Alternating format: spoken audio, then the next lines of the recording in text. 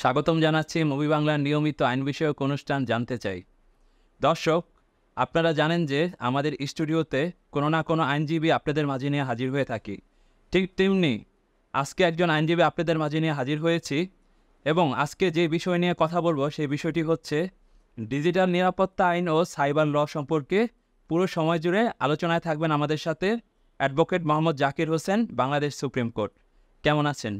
আলহামদুলিল্লাহ ভালো আছে। আপনি ভালো আছেন? জি, আমিও ভালো আছি।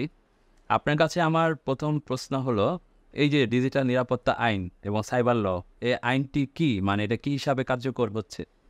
বেসিক্যালি আমাদের সমাজে কিন্তু বর্তমানে সাইবার সিকিউরিটি যে আইনটা আছে, এই আইনটা পূর্বে ছিল ডিজিটাল নিরাপত্তা আইন, কিন্তু বর্তমানে বাংলাদেশে সাইবার সিকিউরিটি আইন হিসেবে পরিচিত। 2023 সালে এটাকে অ্যামেন্ডমেন্ট করা হয়। এই সাইবার সিকিউরিটি আইন হিসেবে অনেক ধরনের এক্সপ্লেনেশন আছে, উদাহরণ আছে, বা বিভিন্ন ধরনের আইনগত বিষয়ে অনেক কিছু বলার আছে। তবে এই ক্ষেত্রে সাইবার সিকিউরিটি আইনটা হলো যে, দেখেন, বর্তমানে কিন্তু আমরা ডিজিটাল লাইফ লিড করছি। যেমন আমরা ডিজিটাল মোবাইল ইউজ করছি, ডিজিটাল ইলেকট্রনিক ডিভাইস ইউজ করছি। এই ডিভাইসের মাধ্যমে যখন কেউ কোনো অপরাধ করছে, সেই অপরাধের মাধ্যমে যখন কেউ একটা অপরাধে জড়িয়ে পড়ছে, কোনো একটা ক্রাইম করছে, সেটা হলো সাইবার সিকিউরিটি আইন। এখন আপনি জানতে হবে যে সাইবার সিকিউরিটি আইনটা ম্যাক্সিমাম মানুষ কিন্তু জানে না। কীভাবে অপরাধটা হচ্ছে, সে যে অপরাধে জড়িয়ে যাচ্ছে সেটাও কিন্তু সে বলতে পারছে না। এখন একটা ইম্পর্টেন্ট থিং হলো যে সাইবার আইনটা কখন কাজ হবে। এখন আমি একটা কথা বলতে চাই যে বর্তমানে বাংলাদেশে যে যুব সমাজ আছে বা ছাত্রছাত্রীরা আছে, ম্যাক্সিমাম টাইম তারা কিন্তু আমরা দেখি যে একজন আরেকজনের সাথে একটা রিলেশনে থাকে। রিলেশনে থাকার ক্ষেত্রে দেখা যায় যে তাদের সাথে একটা ছবি আদান প্রদান হয়। আদান প্রদান হওয়ার পরবর্তীতে দেখা যায় যে কেউ কারো পক্ষে বা বিপক্ষে যখন রিলেশনটা ব্রেক হয়ে যায় বা একটা খারাপ সম্পর্ক তৈরি হয়ে যায়, সেই ক্ষেত্রে একজন আরেকজনের ছবি কিন্তু অন্য কোথাও ট্রান্সফার করে। এটা কিন্তু একটা অপরাধ, কিন্তু বর্তমানে কিন্তু আমরা এটা জানি না।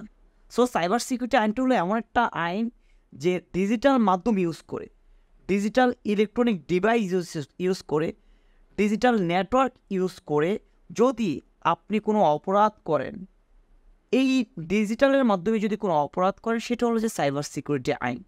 আর এই আইনটি কতটুকু কার্যকর হচ্ছে, মানে বর্তমানে যে আইনটা, এটা কতটুকু কার্যকর হচ্ছে এবং চলছে?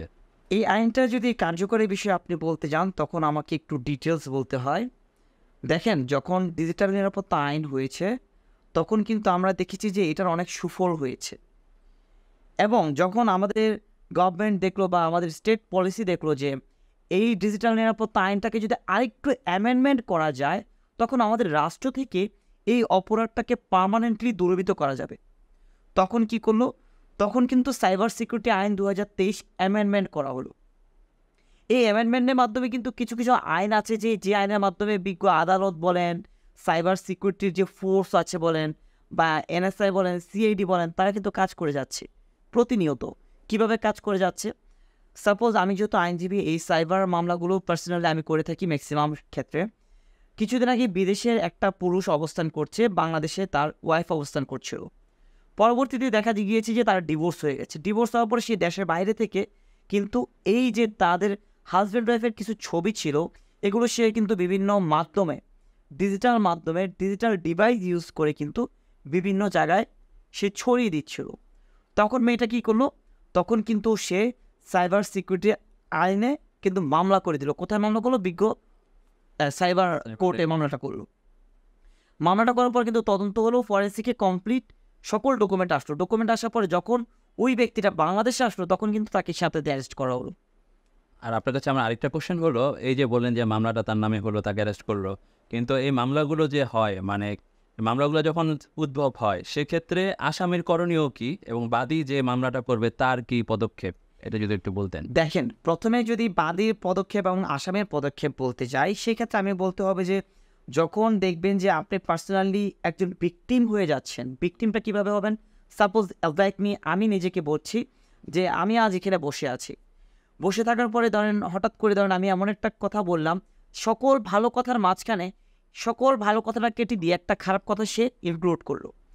এই ইনক্লুড করা কথাটাকে নিয়ে অন্য বিভিন্ন মাধ্যমে ভাইরাল করে দেওয়ার চেষ্টা করছে, বা আমার ভালো কথার আশেপাশের কথাগুলো কেটে দিয়ে শুধু আমার সিম্পল একটা কথা, যেটা খারাপ কথা হতে পারে বা যেটা মূলত ওই কথার মাধ্যম নয়, ওইটাকে ব্যঙ্গ করে যদি কোনোভাবে আমাকে হ্যায় প্রতিপন্ন করে, আমাকে ডিফরমেশন করে বা আমার মান-ইজ্জত নষ্ট করতে চায়, সেই ক্ষেত্রে যদি বিভিন্ন ফোর্স মানে ডিজিটাল মাধ্যমে যদি এটা ছড়িয়ে দিতে চায়, সেই ক্ষেত্রে কিন্তু আমি মামলা করতে পারবো অ্যাজ এ বাদী হয়ে, বিকজ আমি ভিক্টিমাইজ, কারণ আমি এই কাজটা করিনি, আমি এই কাজটার সাথে সম্পৃক্ততা নয়।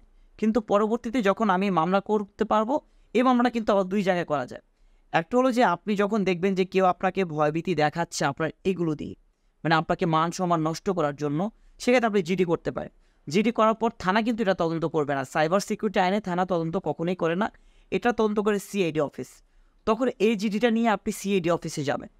সিআইডি অফিসে যখন আপনি যাবেন, তখন সিআইডি অফিস কিন্তু তথ্য উপাত্ত প্রমাণ ডকুমেন্ট সহকারে আপনার থেকে সকল কিছু যাচাই বাছাই করে এই অপরাধটা যার বিরুদ্ধে আপনি অভিযোগ দিয়েছেন সে প্রকৃতপক্ষে করছে কি করছে না তারা কিন্তু তদন্ত করবে। আর তদন্ত যখন করবে তখন যদি সত্যতা পায়, তখন কিন্তু সিআইডি নিজেই কিন্তু স্বেচ্ছাধীন হয়ে কিন্তু একটা মামলা সুমোটো প্রয়োগ করে ফেলবে। সেই ক্ষেত্রে কিন্তু সাইবার সিকিউরিটি আইনের যে কোনো একটা ধারায় চলে আসবে, যে ধারায় সে অপরাধ করছে, মানে অপরাধ অনুযায়ী যে ধারাটা আসবে, সেকশনগুলো চলে আসবে। সেই ক্ষেত্রে যদি মনে হয় যে ডিফরমেশন, তাহলে সাইবার সিকিউরিটি আইনের 24 ধারায় কিন্তু 29 ধারায় কিন্তু ডিফরমেশন আছে, মানহানি। হ্যাঁ, ডিফরমেশন যদি হয়, আবার এটার কিন্তু সাজাও আছে। সো যদি এমনটা হয় তারা কিন্তু স্বেচ্ছাপ্রণোদিত হয়ে কিন্তু মামলা করে দেবে। কিন্তু যদি আপনার কাছে মনে হয় যে না, সিআইডি ডিপার্টমেন্ট থেকে আসলে জিনিসটা লেন্দি হচ্ছে বা আপনি স্যাটিসফাইড না তাদের যেই তদন্তগুলো করছে, সেই ক্ষেত্রে কিন্তু আপনি প্রত্যেক বিভাগে যেখানে ঘটনা ঘটেছে অথবা যেখানে আপনি অবস্থান করছেন অথবা কজ অফ অ্যাকশন, যেখানে ঘটনা ঘটে সেটাকে বলে কজ অফ অ্যাকশন, যে প্লেস অফ অকারেন্স, যেখানে ঘটনাটা ঘটে, যেখানে এটার উদ্ভব হবে সেখানে মামলা করতে হবে। এবং কি এক্ষেত্রে আপনাকে স্পষ্ট জানতে হবে যে মামলা সাইবার আইনে যদি আমি মামলা করতে যাই, যদি আমি থানায় মামলা না নিতে চাই, তখন মামলাটা কোথায় করব? এই মামলাটা কোথায় করতে হবে? এটা হলো যে প্রত্যেক বিভাগে, আমাদের সরকারিভাবে প্রত্যেক বিভাগে কিন্তু সাইবার ট্রাইব্যুনাল আছে, স্পেশাল সাইবার ট্রাইব্যুনাল আছে। এই সাইবার ট্রাইব্যুনালে কিন্তু আপনি মামলাটা করতে পারেন। আর যখন বাদী হয়ে সাইবার ট্রাইব্যুনালে মামলা করব, তখন কিন্তু এই মামলাগুলো তদন্ত হবে। তদন্ত হওয়ার পর যদি রিপোর্ট আসে, রিপোর্ট আসার পরবর্তীতে কিন্তু আসামির বিরুদ্ধে ওয়ারেন্ট ইস্যু হবে। এটা হলো যে বাদীর কাজ। এখন আপনি বলতে পারেন যে সাপোজ যে একটা ব্যক্তি অপরাধ করেনি, এখন সে যদি ফেঁসে যায়, উক্ত কথিত যে আসামি, আমরা বলব কথিত আসামি, সেই কথিত আসামি করণীয় কি? যদি প্রকৃতপক্ষে আসামি হয়, সেক্ষেত্রে আমরা আইনজীবীরা অনেক সময় দেখি যে ঘটনার place of occurrence, cause of অ্যাকশনের উপর ডিপেন্ড করে অনেক সময় মামলা পরিচালনা করি, অনেক সময় মামলা পরিচালনা করি না, যদিও আমরা অপরাধের বিপক্ষে সর্বদা কাজ করি। এজ এ আসামি ধরে নিলাম কথিত আসামি সে অপরাধটা করেনি, আমি বাদী মিথ্যে একটা মামলা দায়ের করে ফেললাম, তদন্ত রিপোর্ট আমার পক্ষে যে কোনো সামহাও চলে আসলো। এখন আসামির মূলত করণীয় কি? আসামির মূলত করণীয় হলো যে সে প্রথমে জামিন নেওয়ার ট্রাই করবে। এখন জামিনটা সে দুইভাবে নিতে পারবে। একটা হলো যে মহামান্য হাইকোর্ট থেকে সে অগ্রিম জামিন নিতে পারে, আগামী জামিন, অথবা অ্যান্টিসিপেটরি বেইল বলে এটাকে, অ্যান্টিসিপেটরি বেইল নিতে পারে। অ্যান্টিসিপেটরি বেইল নেওয়ার পরে ওখান থেকে কিন্তু তাকে সীমাবদ্ধ করে দিবে 6 সপ্তাহ, 4 সপ্তাহ, সর্বোচ্চ 8 সপ্তাহের ভিতরে তো তাকে কিন্তু নিম্ন আদালতে সারেন্ডার করতে বলবে। যদি সারেন্ডার করে, যেই কোর্টে এখতিয়ার দেবে সারেন্ডার কোর্ট, মহামান্য হাইকোর্ট যেই কোর্টটা বলে দিবে, স্পেসিফিক করে দেবে কোন কোর্টে আসামি জামিন নেওয়ার জন্য সারেন্ডার করবে, তখন যদি সে উক্ত কোর্টে যায় এবং সে যদি জামিনের জন্য ট্রাই করে, তখন যেই বিজ্ঞ আদালতে মামলাটা হয়েছিল ওই বিজ্ঞ হাকিম যদি মনে করে তাকে জামিন দেওয়া যাবে, তখন কিন্তু জামিন দিতে পারে। আর যদি মনে হয় যে এটা নন বেইলেবল অফেন্স, কারণ সাইবার সিকিউরিটি আইনে কিন্তু জানতে হবে জামিনযোগ্য না জামিন অযোগ্য ধারা। যদি জামিন অযোগ্য ধারা হয়, জামিন পাওয়ার সম্ভাবনাটা খুবই কম থাকে। আর জামিন যোগ্য ধারা যদি হয়, সেক্ষেত্রে কিন্তু জামিন নেওয়ার সম্ভাবনাটা বেড়ে যায়। সো জামিন অযোগ্য ধারা হলে ম্যাক্সিমাম সময় আমরা দেখি যে ভিতরে চলে যেতে হয়, জেল হাজতে চলে যেতে হয়। নেক্সট যতদিন কাস্টডি আপনি কোর্টকে যতদিন কনফার্ম না করতে পারবেন না, কতদিন কোর্টকে যদি আপনি বোঝাতে না পারবেন যে সে জামিন পাওয়ার যোগ্য, ততদিন কিন্তু সে জামিন পাবে না। অর্থাৎ আসামি হিসেবে যদি আমি একটা কথা বলতে চাই, আপনি ফার্স্টে আপনারা জামিন নেবেন, আর জামিন নেওয়ার পরবর্তীতে মামলাটা ট্রায়াল পর্যায়ে যাবে চার্জ গঠনের সময়। যদি সত্যিকারিতে আপনি অপরাধ না করেন, চার্জ শুনানির সময় আপনার যেই সকল গ্রাউন্ডস আছে, আপনার যেই সকল এভিডেন্স আছে, আপনার যেই সকল ডকুমেন্টস আছে, সেই ডকুমেন্টসগুলো যখন আপনি বিজ্ঞ আদালতে সাবমিট করবেন এবং প্রেসক্রাইব করবেন আপনার আইনজীবীর মাধ্যমে, সেই ক্ষেত্রে কিন্তু অবশ্যই কোর্ট যদি স্যাটিসফাইড হয় আপনার কথায়, আপনার এভিডেন্সে, আপনার ডকুমেন্টে, সেই ক্ষেত্রে কিন্তু কোর্ট চাইলে কিন্তু আপনাকে ওই 4 শুনানির দিন কিন্তু ডিসচার্জ করে দিতে পারে। বা যদি আপনি বলেন যে না ডিসচার্জ করলো না, কোর্টকে আমি বোঝাতে পারিনি, এখন আমার কি করবে? মানে আমার সেই প্রমাণের উপরে সবকিছু নির্ভর। প্রমাণের উপরে সব কিছু ডিপেন্ড করবে, ডকুমেন্টসের উপর ডিপেন্ড করবে। বিকজ ধরেন আমি একটা মামলা করলাম, আমার নামে এই আপনাদের কেউ একটা খারাপ কথা বললো, আমি সাপোজ আপনার নামে একটা মামলা দিলাম, কিন্তু বেসিক্যালি খারাপ কথাটা আপনি রটাননি, আপনার পাশে যে কোনো একটা বন্ধু রটিয়েছে। সেই ক্ষেত্রে কিন্তু অবশ্যই আমি আপনার নামে মামলা দিয়ে দিচ্ছি না বুঝে। পরবর্তীতে কিন্তু আপনার কাছে প্রুফ আছে, আপনি করেন, আপনার বন্ধু করেছে, এই ডকুমেন্টসগুলো যদি আপনি বিজ্ঞ আদালতে যদি আপনি সাবমিট করতে পারেন, অবশ্যই কিন্তু আপনি রেমেডি পাবেন। এটি কিন্তু আসামের করণীয়। আর আপনার কাছে আমার আরেকটা কোশ্চেন হলো যে আপনি যেগুলো যে মামলার পদক্ষেপগুলো বললেন, ওই যে অনেক সময় দেখা যায় যে আপনি যেটা বললেন যে মোবাইলের মাধ্যমে ওই যে টুইটার, তারপরে মেসেঞ্জার, হোয়াটসঅ্যাপ, এগুলো তো অনেক সময় অনেক ছবি পাঠায়, কিন্তু আমরা কিন্তু শনাক্ত করতে পারি না যে ব্যক্তিটা কে। সেক্ষেত্রে কি আমি মামলাটা কিভাবে করব? দেখা গেল শনাক্ত করতে পারছি না যে তার আইডি কোনটা বা সে কে। সেক্ষেত্রে আমরা কি পদক্ষেপ নিতে পারি এবং আইনি কি ব্যবস্থা সেটা? এটা খুবই ইম্পর্টেন্ট একটা কোশ্চেন, বিকজ ম্যাক্সিমাম সময় আমরা বলতে পারি না, বিকজ অনলাইন থেকে ফেক আইডি থেকে আমাদের খারাপ ছবি বা আমাদেরকে এআই এর মাধ্যমে জি আমাদের বিভিন্ন ছবি, আমাদের ড্রেস ওপেন করে কিন্তু ছবি পাঠিয়ে ব্ল্যাকমেল করা হয়। জি সেক্ষেত্রে আমরা জানি না কী করেছে। এক্ষেত্রে ঠিক সেম প্রসিডিউর, আপনি একটা থানায় জিডি করবেন, জিডি করার পর জিডি কপি নিয়ে আপনি সিআইডি অফিসে যাবেন। সিআইডি অফিসে সাইবারের যে আলাদা ডিপার্টমেন্ট আছে, সেই ডিপার্টমেন্টে যখন অভিযোগটা দায়ের করবেন, সেই সাইবার ডিপার্টমেন্ট থেকে এটাকে তদন্ত করা হবে। তদন্ত করার পর কোন ডিভাইস থেকে এবং ডিভাইসটা কার নামে সংরক্ষিত করা আছে এবং ওই ডিভাইসটা কে পরিচালনা করে, কোন জায়গা থেকে পরিচালনা করে, কোন লোকেশনে আছে, তারা বের করে কিন্তু খুব ইজিলি আপনার ওই ব্যক্তিটাকে বের করে দিতে পারে। তো সেক্ষেত্রে যদি ব্যক্তিটাকে বের করে তখন ওই ব্যক্তিটার নামে মামলাটা হ্যাঁ, যদি সিআইডি মনে করে যে না সে অপরাধটা করছে, বিকজ আমি যখন একটা জিডি করব বা একটা মামলা করব, যদি জানি না কে করেছে অপরাধটা, বাট অপরাধ হয়েছে, সেই ক্ষেত্রে যখন আমি মামলা করব অজ্ঞাতনামা দিয়ে যে মানে কি করেছে, কারা করেছে সেটা আমি জানি না, তখন আমাকে সেই অজ্ঞাতনামা সহ দিতে হবে। অজ্ঞাতনামা আমি আদালতে করতে পারি না, থানায় এটা আপনি যদি মনে করেন যে থানায় করতে পারেন, আপনার ইচ্ছে, থানাকে যদি আপনি স্যাটিসফাইড মনে হয়, বাট আমি প্রেফার করবো থানায় করা ভালো। যদি প্রকৃতপক্ষে ওই ধরনের এভিডেন্স থাকে আপনার কাছে যে সত্যিকার আপনি ভিক্টিমাইজ হয়ে যাচ্ছেন, আপনার মান ইজ্জত নষ্ট হয়ে যাচ্ছে, আপনার যা আপনি করেননি সেই কাজটা করিয়ে আপনাকে সমাজের মাঝে আপনাকে হ্যাঁ প্রতিপন্ন করে দেওয়া হচ্ছে, সেক্ষেত্রে থানায় মামলা করাটা বেটার। বাট যদি আপনার স্যাটিসফাইড মনে হয় যে না এটা তদন্ত হওয়া খুব ভেরি ইম্পর্ট্যান্ট, সেই ক্ষেত্রে আপনি যদি কোর্টে অজ্ঞাতনামা মামলা দেন, কোর্ট কিন্তু তদন্তের জন্য পাঠাবে। ওইখানেই তদন্ত করতে পাঠালে কিন্তু ফরেন্সিক হবে, ফরেন্সিক হওয়ার পর কিন্তু প্রকৃতপক্ষে কোন ব্যক্তি কোন ডিভাইসের মাধ্যমে কোন লোকেশন থেকে এই অপরাধটা করে যাচ্ছে, তারা কিন্তু খুব ক্লিয়ারলি বুঝিয়ে দেবে। আচ্ছা, আরেকটা প্রসঙ্গে আপনার সাথে কথা বলি। ওই যে একটু আগে যে প্রসঙ্গে কথা বলেছিলেন যে বিয়ের পরে যে ডিভোর্সের পরে যে ছবিগুলো যে সে করে, মানে যেটা বোঝাচ্ছে যে মানে তার সাথে বিবাহ থাকা সম্পর্ক অবস্থায় যদি বিবাহ থাকা সম্পর্ক অবস্থায় যদি ছবিগুলো সে প্রচার করে, সেক্ষেত্রে কি সে এটাতে মানে আপনাদের সাইবার আইনে কি সেটার বিচার হবে কি না?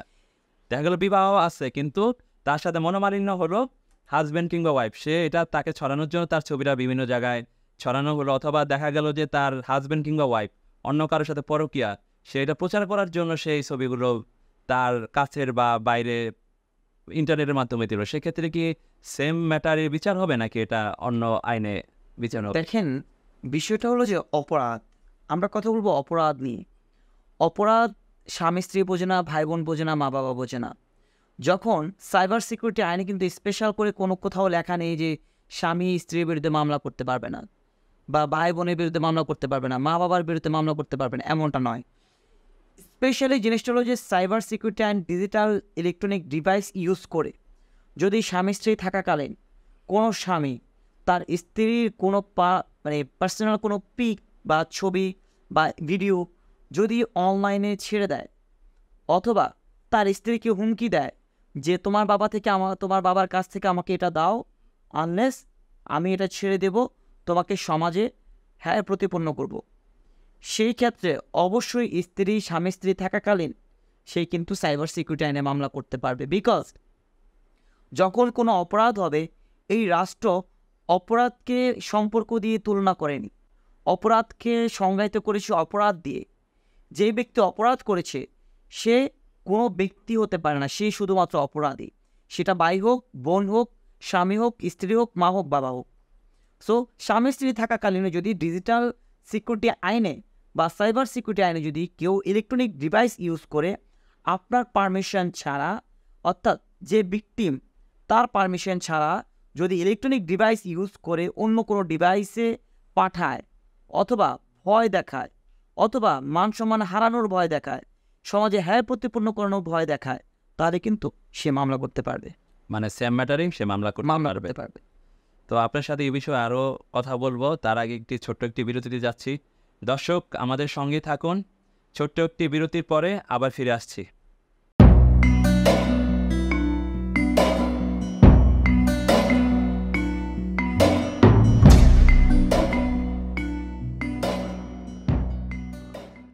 দর্শক বিরতির পর আবার আপনাদের মাঝে ফিরে এসেছি। জানতে চাই আজকে আমাদের মাঝে পুরো অনুষ্ঠান জুড়ে আছেন advocate Mohammad Zakir Hossain, Bangladesh Supreme Court. আর দর্শক আজকে আমরা যে বিষয়টি নিয়ে আলোচনা করছি, বিষয়টি হচ্ছে ডিজিটাল নিরাপত্তা ও সাইবার ল সম্পর্কে। তো আপনার সাথে একটু আগে যে বিষয় নিয়ে কথা বলছিলাম, এখন আপনার কাছে যে কোশ্চেন করব সেটা হচ্ছে যে ডিজিটাল নিরাপত্তা যেটা সাইবার ল, এটা কতটুকু এখন মানে সকল জায়গায় মানে বিস্তার লাভ করছে এবং এটা কতটুকু আইন হিসাবে মানুষ সেবা পাচ্ছে, এটা যদি একটু বলতেন। বেসিক্যালি আমরা কিন্তু এখনও অসচেতন হয়ে আছি, এই জন্য যে আমরা অনেকে সাইবার আইনের বিষয়ে ধারণা নেই। তবে বর্তমানে এই সাইবার আইনের উপরে আলাদা একটা ডিপার্টমেন্ট অনলাইনে গুগলে কিন্তু আপনি পাবেন সাইবার সিকিউরিটির বিষয়ে। যদি আপনি মনে করেন যে আপনার সাইবার সিকিউরিটি ডিজিটাল এই প্ল্যাটফর্মে কেউ আপনাকে ভিকটিম করছে, আপনি হ্যাঁ প্রতিপন্ন হচ্ছেন, সেই ক্ষেত্রে কিন্তু আপনি সাইবার সিকিউরিটির হেল্পলাইনে গেলে গুগলে সার্চ করলে কিন্তু হেল্পলাইন নাম্বার পাবেন। সেই হেল্পলাইনে গিয়েও কিন্তু আপনি খুব ইজিলি তাদের কিছু অভিযোগ দিতে পারেন। বর্তমানে বাংলাদেশে অল ওভার বাংলাদেশি ম্যাক্সিমাম ক্ষেত্রে আজকে থেকে 5-6 বছর আমি আগেও দেখেছি যে সাইবার সিকিউরিটি আইন বা ডিজিটাল নিরাপত্তা আইনটা অত বেশি প্রশস্ত ছিল না, বা মানুষ যখন ডিজিটাল ডিভাইস ইউজ করে কোনো অপরাধ করত, মানুষ জানতো না, ভয় পেত, লজ্জা পেত যে কিভাবে আমি মামলা করব, মামলা করলে তো আরও বেশি প্রসারিত হয়ে যাবে, মানুষ দেখবে, কে কী বলবে, এই বিষয়গুলোকে ভয় পেত। কিন্তু দিন দিন ডেভেলপ হওয়ার সাথে সাথে, ডিজিটাল বাংলাদেশ গড়ার সাথে সাথে আমরা দেখেছি যে এই সাইবার সিকিউরিটি আইনও কিন্তু ডিজিটাল হয়েছে এবং খুব সমৃদ্ধ সম্প্রসারিত হয়েছে, এবং আমাদের যে সোশ্যাল মেন্টালিটি, এই মেন্টালিটির চেঞ্জ হয়েছে। এই চেঞ্জের কারণেই কিন্তু বর্তমানে বাংলাদেশে এই সাইবার সিকিউরিটি আইনটা খুব বেশি সফলতা লাভ করছে, এবং বর্তমানে যত অপরাধী আছে ম্যাক্সিমাম অপরাধীকে বর্তমানে বাংলাদেশ সরকারের আনুগত্য যে এই ধরনের ফোর্স আছে, রাষ্ট্রীয় যে ফোর্সগুলো আছে, সকল ফোর্সগুলো কিন্তু তাদেরকে ধরতে সক্ষম হচ্ছে এবং কি বিচারের আওতায় আনতে সক্ষম হচ্ছে, এবং তাদের কিন্তু বিচার হচ্ছে এবং পানিশমেন্টও হচ্ছে, এবং তাদের কিন্তু সাজা প্রাপ্তিও দিচ্ছে। আপনার কাছে আরেকটা কোশ্চেন, যে আপনি একটু আগে যে বললেন যে আপনিও কয়েকটা মামলা এরকম ফেস করেছেন, এখন আপনার কাছে কতটুক মনে হলো যে মানে সাইবার মামলাটা কতটুকু কার্যকর এবং আপনার কতটুক রিলিফ দিতে পেরেছেন বাদী এবং আসামি পক্ষ? যেটাই আমি আপনার কাছে কোশ্চেন, মানে দুই পক্ষ যেটা আগে বলি, আপনি যখন বাদী পক্ষে থাকবেন তখন তো বাদীকে রিলিফ আপনাকে দিতেই হবে, আর আসামি পক্ষ কতটুকু এটাতে রিলিফ পায় যদি একটু বলতেন। এই বিষয়টা দেখেন, বাদী আমি সবসময় অ্যাজ এ আইনজীবী হিসেবে একটা কথা বলি যে সর্বদা সত্য ঘটনা নিয়ে যদি আপনি কখনো মামলা করেন অবশ্যই আপনি জিতবেন।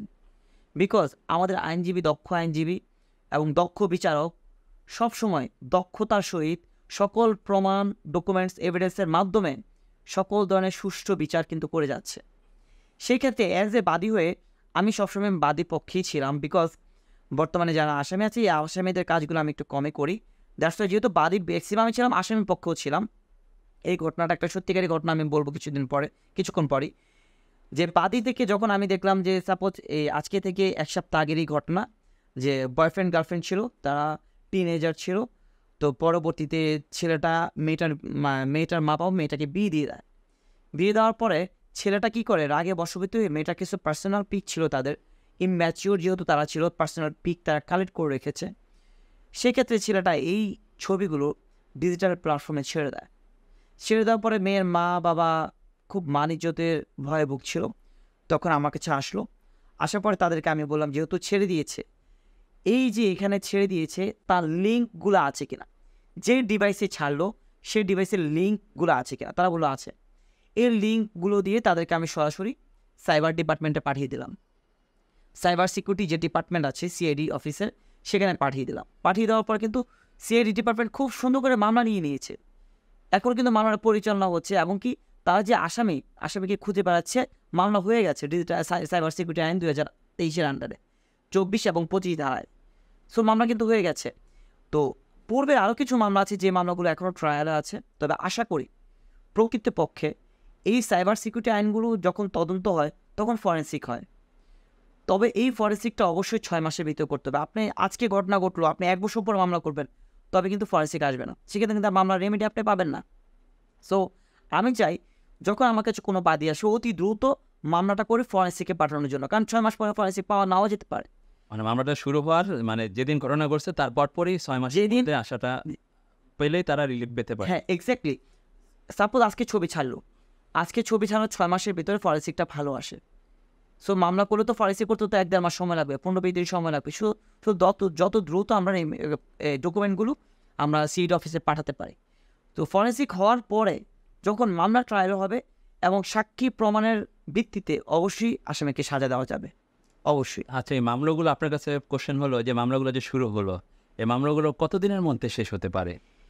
এই মামলাগুলোর বেসিক্যালি যখন আমরা তদন্ত দেই, পার্সোনালি আমাদের আইনগতভাবে কিন্তু বলে দেওয়া আছে, স্পেসিফিক ডেট বলা আছে, এতদিনের ভিতরে কিন্তু মামলাগুলো শেষ করতে হবে। এই মামলাগুলো বিজ্ঞ আদালত কিন্তু অনেক ট্রাই করার পরও দেখা যায় যে সবসময় ওই সময়ের ভিতরে শেষ করতে পারে না, কারণ কিছু আইনগত জটিলতা থাকে। জটিলতা বলতে কি, দেখা যায় যে যখন আইওকে ডাকা হয়, আইওকে ডাকা হলে আইও বিভিন্ন কাজে বিজি থাকে, হয়তো বা ট্রান্সফার হয়ে যায় বা অন্য কোথাও থাকে, সেই সময় করে আসতে পারে না, সেক্ষেত্রে কিন্তু লেন্দি প্রসেস হয়ে যায়। সেক্ষেত্রে যেই সময়টা আছে সেই সময়টার ভিতরে মামলাগুলো শেষ করতে পারে না। তবে আমার দেখা এগুলো 1-1.5 বছরের ভিতরে মানে হাইলি যদি তদন্ত রিপোর্ট চলে আসে, ট্রায়ালে শুরু হয়ে যায়, তো 1-1.5 বছরের ভিতরে মামলাগুলো শেষ হয়ে যায়। আর আপনার কাছে কোশ্চেন হলো আরেকটা, যে মামলা যে বললেন যে শেষ হয়ে যায়, সেক্ষেত্রে দেখা গেল যে আসামির এটাতে কি সাজা হতে পারে? এখন আইন অনুযায়ী সাজা, যদি আপনি সাপোজ, আমি যেহেতু আপনি সাজার কথা বলেছেন আমি একটু বলি, ডিটেলসে বলি। সাপোজ কেউ আমাদের মুক্তিযোদ্ধা, আমাদের গৌরব, আমাদের মুক্তিযোদ্ধা বা আমাদের বঙ্গবন্ধু শেখ মুজিবুরকে নিয়ে যদি কেউ ব্যঙ্গাত্ম করে, অথবা তাদেরকে নিয়ে কেউ যদি বিকৃত করে, খারাপ মন্তব্য করে, সেই ক্ষেত্রে কিন্তু তাদের সাজা অনেক বেশি হতে পারে, 5 বছর পর্যন্ত তাদের সাজা হতে পারে।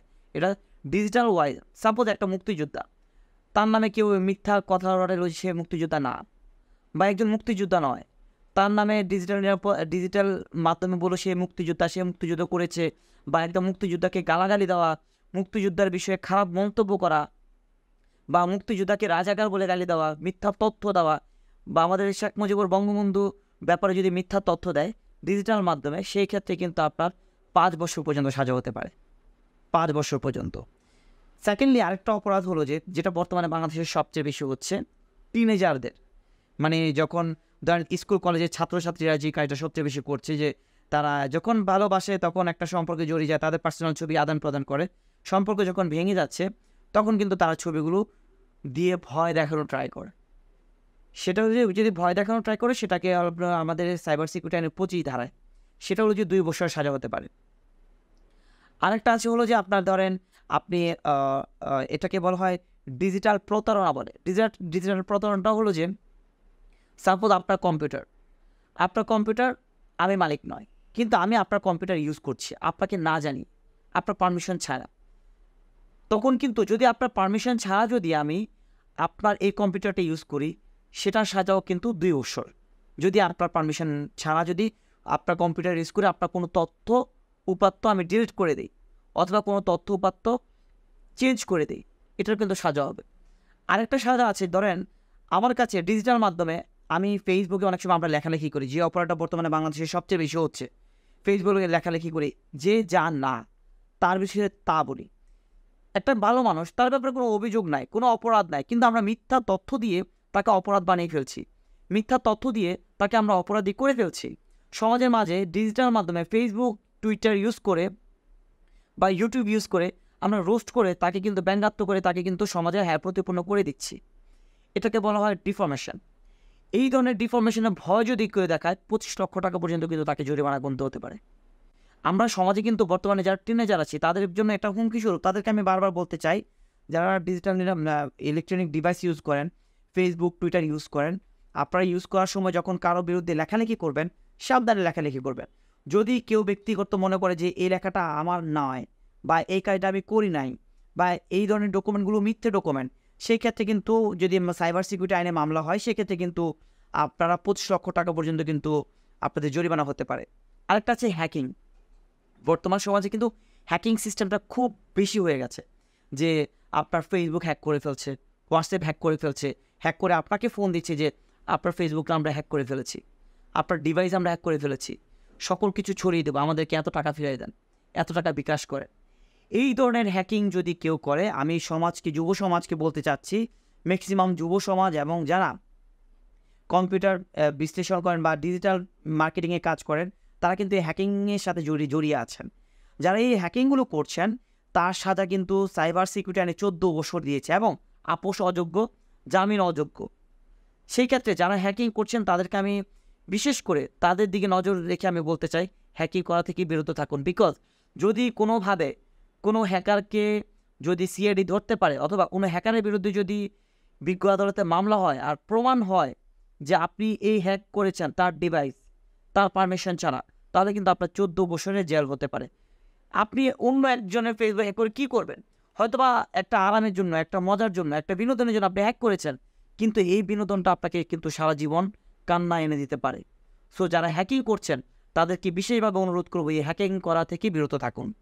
আপনার কাছে আরেকটা কোশ্চেন ছিল যে ডিফামেশন যেটা বললেন যে মানহানিটা যেটা, এটাও কি আমাদের মানে সাইবার ল যেটা, এটাতে কি বিচার হবে? দেখা গেল যে অনেকের ছবি বললেন যেভাবে দিচ্ছে মানহানি, সেটা তো আমাদের নেটের মাধ্যমে যদি দিই সেই ক্ষেত্রে আমরা হয়তো সাইবার লতে বিচার করতে পারবো, কিন্তু ডিফামেশন আরও কিছু ক্ষেত্র আছে যতটুকু জানি যে মামলা হয় ওই যে আপনার ছবি বা পোস্টার লাগালো, এখন দুইটাকে দুইভাবে মামলা করতে পারবে নাকি একভাবেই তারা মামলা করতে পারবে? এই ডিফরমেশনের এক্সপ্লেনেশন কিন্তু আমাদের ফৌজের কার্যবিধি আইনে দেওয়া আছে, প্যানেল কোডের 500 ধারায় দেওয়া আছে। প্যানেল কোডের 500 ধারায় কিন্তু আপনি ডিফরমেশনের মামলা আছে। যেই মামলাগুলোর মাধ্যমে, যেই তথ্য উপাত্তগুলোর মাধ্যমে আপনার মান ইজ্জত নষ্ট হবে ইলেকট্রনিক ডিভাইস ইউজ করে, ইলেকট্রনিক মিডিয়া ইউজ করে, সেক্ষেত্রে আমি সাইবারের মামলা সেই ক্ষেত্রে শুধুমাত্র আপনি সাইবারে মামলা করবেন। কিন্তু ইলেকট্রনিক ডিভাইস ছাড়া, ডিজিটাল প্ল্যাটফর্ম ছাড়া যদি নর্মালি মৌখিকভাবে হয়, নর্মাল কোথাও লাগিয়েছে, এইগুলোর ক্ষেত্রে কিন্তু আপনি অবশ্যই প্যানেল কোডের 500 ধারা অ্যাপ্লাই করতে পারেন। তবে আমি যেহেতু রেগুলার সাইবার সিকিউরিটি মামলা করি, সেক্ষেত্রে আমার কিছু অভিজ্ঞতা আছে। সেটা হলো যে সিম্পল যে ইস্যু, ধরেন ফেসবুকে আমি লিখেছি যে সে অমুক অনেক খারাপ ব্যক্তি, অমুক এমন এমন খারাপ কাজ করে, অমুক সে ভালো মানুষ নয়, অমুকের বাবা এমন এমন করত, এইগুলো লিখে যখন একটা পার্সোনালি কাউকে অ্যাটাক করা হয়, এই সিম্পল ইস্যুগুলো নিয়ে অনেক সময় যদি আপনি ফেমাস কোনো ব্যক্তি না হন বা আপনি ওয়েল ফাউন্ডেড কোনো ব্যক্তি না হন, সেই ক্ষেত্রে আমি কয়েকটা ক্ষেত্রে দেখেছি যে বিজ্ঞ আদালত কিন্তু তাদেরকে আপনার প্যানেল কোডের আন্ডারে মামলা করতে পারে। যেহেতু সিম্পল, যেহেতু সাইবার সিকিউরিটিটা হলো যে খুব স্পেশাল মামলাগুলো নিয়ে কাজ করে। সো সিম্পল ইস্যুগুলো নিয়ে কিন্তু তারা আপনার ওই যে প্যানেল কোডের 500 ধারায় মামলা করতে পারে। আপনি যদি ডিজিটাল প্ল্যাটফর্ম হয় ওখানে যেতে পারেন, সাইবার সিকিউরিটি যেতে পারেন। ডিজিটাল প্ল্যাটফর্ম ছাড়া আপনি যে ডিফরমেশন হচ্ছে সেই ডিফরমেশনের জন্য আপনি প্যানেল কোডে যেতে হবে। আচ্ছা, আপনার কাছে আমার লাস্ট কোশ্চেন হলো, এই যে মামলাগুলো যে হয় আপনি যেটা বললেন যে দেখা গেল যে সাজার ক্ষেত্রে এখন আসামি কি করতে পারে? দেখা গেল তো সাজা হয়ে গেল, সে সাক্ষ্য প্রমাণ সে দিতে পারলো না, যে তার নামে অপরাধ সে লিপিবদ্ধ হয়ে গেল, সেক্ষেত্রে সাজাটা হলে সে তার করণীয় কি? সাজা হলে এর থেকে বাঁচার উপায় কি তার? সাইবার সিকিউরিটি আইনে যখন আপনি অপরাধ সাব্যস্ত হয়ে যাবেন, সাপোজ আপনার বিরুদ্ধে 2 বছর, 5 বছর, 14 বছর সাজা হয়ে গেল, কিন্তু আপনি মনে করলেন যে এই অপরাধটা আপনি করেননি, সেই ক্ষেত্রে আপনি অবশ্যই আপনি মহামান্য হাইকোর্টে আপিল করতে পারবেন এই রায়ের বিরুদ্ধে। আর আপিলে যদি আপনি প্রুফ দেখাতে পারেন, আপনি ডকুমেন্টারিভাবে কথা বলতে পারেন বা আপনি কোর্টকে স্যাটিসফাইড করতে পারেন, তবে কিন্তু আপনি মহামান্য হাইকোর্ট থেকে মুক্তি হয়ে যাবেন। মুক্তিটাকে একদম তাকে একবারেই খালাস দেন? জি, একদম খালাসও দিতে পারে, সাজা কমতে পারে, আবার যে সাজাটা দিয়েছে নিম্ন আদালত সেই সাজাটা কি বহাল রাখতে পারে। আর এটা হলো হাইকোর্টের উপর নির্দেশনা। হাইকোর্টকে আপনি যদি ওইভাবে বোঝাতে পারেন যে বেসিক্যালি আমি অপরাধটা করিনি। তবে এই ক্ষেত্রে একটা কথা মনে রাখতে হবে, আপনাদের যারা এই ধরনের অপরাধ করছেন সেই অপরাধগুলোর ক্ষেত্রে যারা সহায়তা করছে, সাপোজ আপনি অপরাধ করেছেন, পিছন থেকে আপনাকে একদিন ইন্ধন দিচ্ছে যে হ্যাঁ তুমি অপরাধটা করো, আমি তোমার পাশে আছি, এই অপরাধটা এইভাবে করা যায়, তুমি করো, এই যে সহায়তা, অ্যাবেটমেন্ট, এই সহায়তা কিন্তু সেম অপরাধ। আপনি নিজে অ্যাক্টিভ থেকে যে অপরাধ করেছেন আর যে সহায়তা করেছে সেম অপরাধ, এবং যে সহায়তা করেছে এটারও যদি প্রমাণ হয় তার কিন্তু ঠিক সেম সাজা হবে। আর এখানে বাদীর করণীয় কি? বাদী দেখা গেল তার রিলিফ পেল না, মানে আসামি খালাস পেল, সেক্ষেত্রে বাদী কি করতে পারে? বাদীও ঠিক সেমলি যদি রিলিফ পায় সেক্ষেত্রে আপনি অবশ্যই আপিল করতে পারবেন মহামান্য হাইকোর্টে। মানে বাদীও সেম ম্যাটার করতে পারবে? হ্যাঁ, এক্স্যাক্টলি। যদি আপনি যে কোনো ওয়ার্ডারের বিরুদ্ধে ডিজিটাল সাইবার যে ট্রাইব্যুনাল আছে, সাইবার ট্রাইব্যুনালের যে কোনো ওয়ার্ডারের বিরুদ্ধে যদি আপনি সংক্ষুব্ধ হন, আপনি মহামান্য হাইকোর্টেই আপনাকে আপিল করতে হবে। আপনাকে অনেক অনেক ধন্যবাদ আমাদের এই অনুষ্ঠানে অনেক কিছু সম্পর্কে বলার জন্য। তো দর্শক, আজকের মতো এখানে অনুষ্ঠান শেষ করতে হচ্ছে। আগামীতে নতুন কোনো অতিথি নিয়ে আপনাদের মাঝে হাজির হব। সেই পর্যন্ত মুভি বাংলার সঙ্গেই থাকুন।